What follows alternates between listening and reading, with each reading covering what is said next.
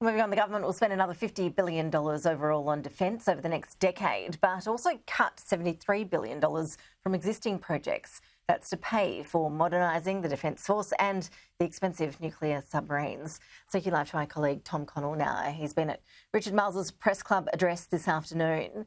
Tom, let's just start by getting you to take us through the spending side of things. Yeah, so these are all big numbers, aren't they? They always are in defence, and this represents what Labor says in part needed to be a sort of catching up, if you like, in particular the 10-year windows of our overall investment. So taking you through the new spending overall, the big ticket item here is to do with the surface Navy fleet. So this is essentially one of the biggest new spending items, $11 billion into that. Also $1 billion into long-range strikes. A lot of that is missiles, so essentially getting us more into the missile age in the shorter term in particular. That's the big priority, so we're not too far behind. The big figure, $38.2 billion investment program. Why is that so big? Well, we're talking about a lot of updates. When Labor came in, it said we've got all these projects but not funding for them. So it says this massive amount of new spending over 10 years essentially means there is spending for that now. Where that takes our defence spending overall now is that it is certainly increasing. First of all, the total, this is over a decade, $765 billion in total and $330 billion in the investment side alone. So capability, think of those big projects, including, of course, the very long-running submarine one. And the increases as well in terms of percentage. We've heard for many years, the old debate, if you like, in Canberra, Ash, was should we have 2% of GDP? Well, now it's much more than that, 2.4%, and that's because of the increases you can see there. These are net increases, $5.7 billion over 4 years, $50 billion over the decade. That's extra money in the defence budget, but it doesn't mean there aren't cuts because there's so much extra spending out there, in particular with more of a focus in the air and the sea, that there are cuts to programs. Let's take you through some of them. We don't know all of them yet. We were told about a couple today in Richard Marles' speech. $72.8 billion over 10 years. The Land 400, a major reduction in those infantry vehicles. How many we're getting will save, well, maybe about $20 billion. Canberra Defence Facilities, $1.4 billion not being spent there. And Navy support vessels, because they're going through a different approach, saving $4.1 billion. So the point in that is not that there's a cut to the defence budget, but there's such a different priority that $72.8 billion. The language they use, Ash, is reprioritisation.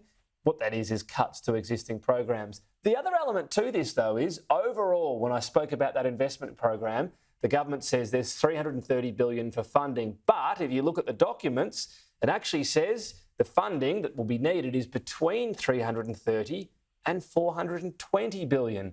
A lazy $90 billion difference. I asked the Minister earlier today, what does that mean? That essentially every year Defence will be going over the budget by possibly billions of dollars. Here was part of his response. Were we to publish specific numbers in respect of all of those items, it would place Defence at an enormous disadvantage in the way in which it procured what it needs. And that's why, in fact, ranges have been published in relation to the Integrated Investment Program for very good reason over a long period of time. But fundamentally, we are committed to getting those over-programming levels down, and we need to. Now, there's always talk in different departments. One of the big ones in Defence, Ash, is over-programming, how much extra they actually allow, assuming blowouts. Now, Defence has been basically a place where money has gone to die for many years. The previous over-programming average was getting out to 40%. In other words, they'd say a project or maintenance, whatever, might cost 40% extra. Or might cost a certain amount, and it ended up being 40% extra. They want to get over-programming back to what it should be, 20%, still a pretty decent amount to overshoot it by. Seemingly from these figures, though, that would still mean the $330 billion blows out by that 20%. So this is the question, is Defence going to continue to be a strain on budgets? And part of the reason it's hard to get a budget balance, even once, in Labor's language, it's allegedly properly funded as of today. And Tom, for all that spending, where does it leave Australia placed when it comes to countering any security threats in the shorter term? Richard Marles spoke about the threats. He named China. Yes, often we don't hear China named as a threat, but clearly it's a much greater threat to the region. What Richard Marles was saying today is actually in the short term, this is not necessarily getting us at the best preparedness level, but the decisions made now are about getting us in a good position in many years' time. Now, it doesn't mean we're defenceless, of course not. And some of the shorter-term, smaller spends go to missiles, and that gives you that long-range strike ability. But the point the Minister was making today is, whilst he doesn't want to be in this position, the choice the government made was to ultimately get in a good, sustainable, prepared position rather than tip money into the short term to make things look better over the next couple of years. Here was his response on that. You could be faced with trying to extend the life in the next 2 or 3 years of what assets that we've got, pumping a whole lot of money into sustaining those, or making sure that we acquire new capabilities to put us in a transformationally different position a decade from now, and we choose that. We choose that because that is the strategic problem that we are trying to solve.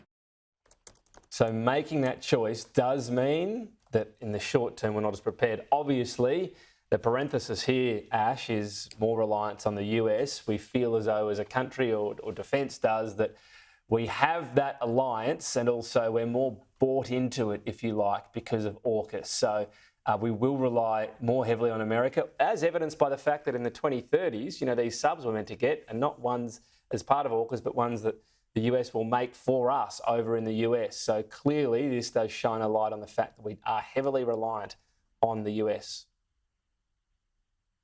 Tom Connell, live in Canberra. Appreciate your analysis. Thank you for that.